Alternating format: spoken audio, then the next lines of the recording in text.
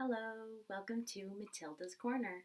Here is Matilda the Hedgehog. Say hi, Matilda. All right, we're going to hang out today and we're going to read Sylvester and the Magic Pebble by William Steig. Oh, you're hiding today, Matilda, huh? Sylvester and the Magic Pebble. Sylvester Duncan lived with his mother and father at Acorn Road in Oatsdale. One of his hobbies was collecting pebbles of unusual shape and color. On a rainy Saturday during vacation, he found a quite extraordinary one. It was flaming red, shiny, and perfectly round, like a marble. As he was studying this remarkable pebble, he began to shiver, probably from excitement, and the rain felt cold on his back. "I wish it would stop raining," he said. To his great surprise, the rain stopped. It didn't stop gradually, as rains usually do. It ceased. The drops vanished on the way down, the clouds disappeared, everything was dry, and the sun was shining as if rain had never existed. In all his young life, Sylvester had never had a wish gratified so quickly. It struck him that magic must be at work, and that he guessed that the magic magic must be in the remarkable-looking red pebble, where indeed it was. To make a test, he put the pebble on the ground and said, "I wish it would rain again." Nothing happened. But when he said the same thing, holding the pebble in his hoof, the sky turned black. There was lightning and a clap of thunder, and the rain came shooting down. "What a lucky day this is," thought Sylvester. "From now on, I can have anything I want. My mother and father can have anything they want. My relatives, my friends, anybody at all can have everything anybody wants." He wished the sunshine back into the sky, and he wished the wart on his left hind fetlock would disappear, and it did. And he started home, eager to amaze his father and mother with his magic pebble. He could hardly wait to see their faces. Maybe they wouldn't even believe him at first.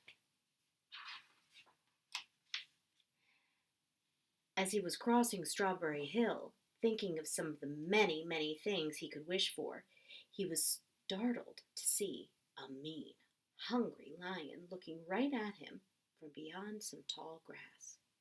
He was frightened.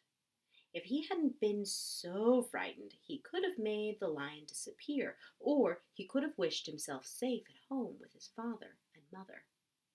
He could have wished the lion would turn into a butterfly or a daisy or a gnat. He could have wished many things, but he panicked and couldn't think carefully. "I wish I were a rock," he said, and he became a rock. The lion came bounding over, sniffed the rock 100 times, walked round and around it, and went away, confused, perplexed, puzzled, and bewildered. "I saw that little donkey as clear as day. Maybe I'm going crazy," he muttered.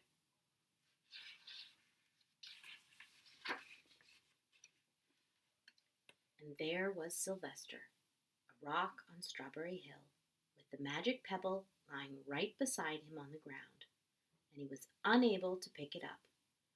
"Oh, how I wish I were myself again," he thought. But nothing happened.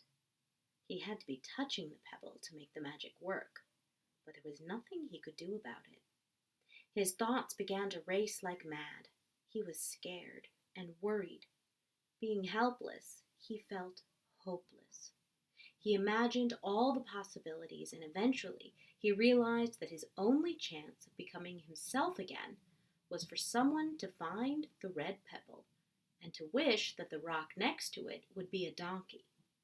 Someone would surely find the red pebble, it was so bright and shiny, but what on earth would make them wish that a rock were a donkey? The chance was 1 in a billion at best. Sylvester fell asleep. What else could he do? Night came with many stars. Meanwhile, back at home, Mr. and Mrs. Duncan paced the floor. Frantic with worry, Sylvester had never come home later than dinner time. Where could he be? They stayed up all night wondering what had happened, expecting that Sylvester would surely turn up by morning. But he didn't, of course. Mrs. Duncan cried a lot, and Mr. Duncan did his best to soothe her. Both longed to have their dear son with them. "I will never scold Sylvester again as long as I live," said Mrs. Duncan, "no matter what he does." And at dawn, they went about inquiring of all the neighbors.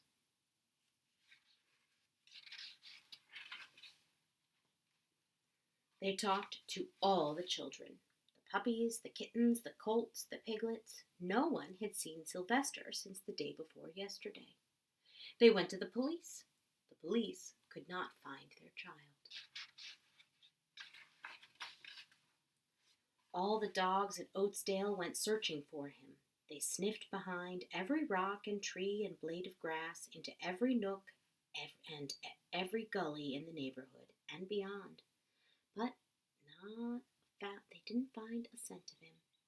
They sniffed the rock on Strawberry Hill, but it smelled like a rock. It didn't smell like Sylvester.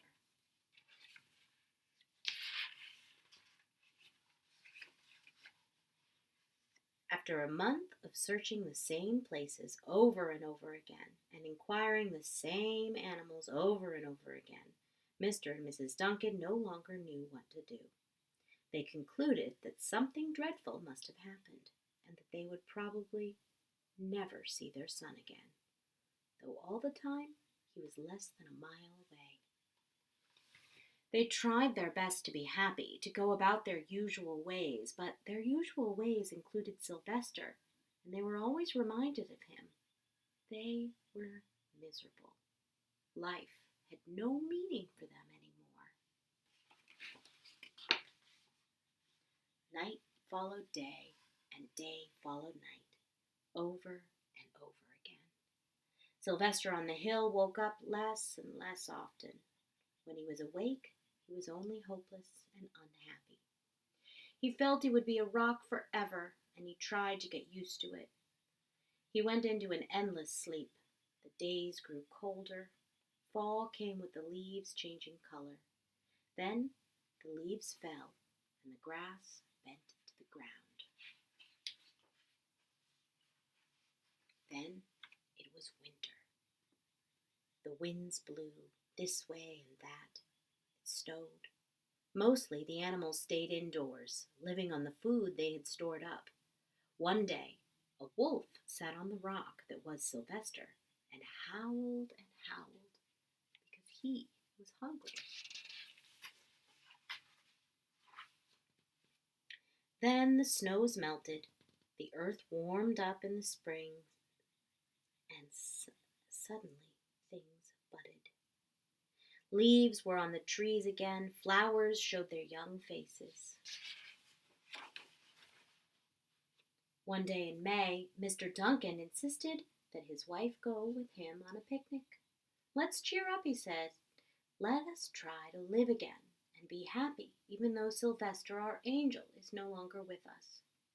They went to Strawberry Hill. Mrs. Duncan sat down on the rock. The warmth of his own mother sitting on him woke Sylvester up from his deep winter sleep. How he wanted to shout, "Mother! Father! It's me, Sylvester! I'm right here!" But he couldn't talk. He had no voice. He was stone dumb. Mr. Duncan walked aimlessly about while Mrs. Duncan set out the picnic food on the rock. Alfalfa sandwiches, pickled oats, sassafras salad, timothy compote. Suddenly, Mr. Duncan saw the red pebble. "What a fantastic pebble!" he exclaimed. Sylvester would have loved it for his collection. He put the pebble on the rock. They sat down to eat. Sylvester was now as wide awake as a donkey that was a rock could possibly be. Mrs. Duncan felt some mysterious excitement. "You know, Father," she said suddenly, "I have the strangest feeling. that our dear Sylvester is still alive and not far away. I am, Sylvester wanted to shout, but he couldn't. If only he had realized that the pebble resting on his back was the magic pebble.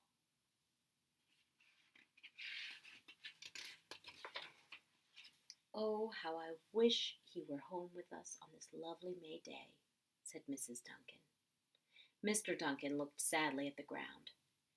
Don't you wish it too, Father? She said. He looked at her as if to say, how can you ask such a question? Mr. and Mrs. Duncan looked at each other with great sorrow. I wish I were myself again. I wish I were my real self again, thought Sylvester. And in less than an instant, he was. You can imagine the scene that followed. The embraces, the kisses, the questions, the answers, the loving looks, and the fond exclamations.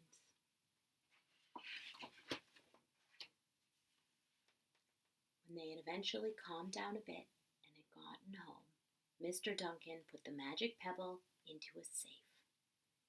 Someday they might want to use it. But really, for now, what more could they wish for? They all had all that they wanted. The end. What'd you think, Matilda? Could you hear from in there? I'm going to come out and say goodbye to your friends.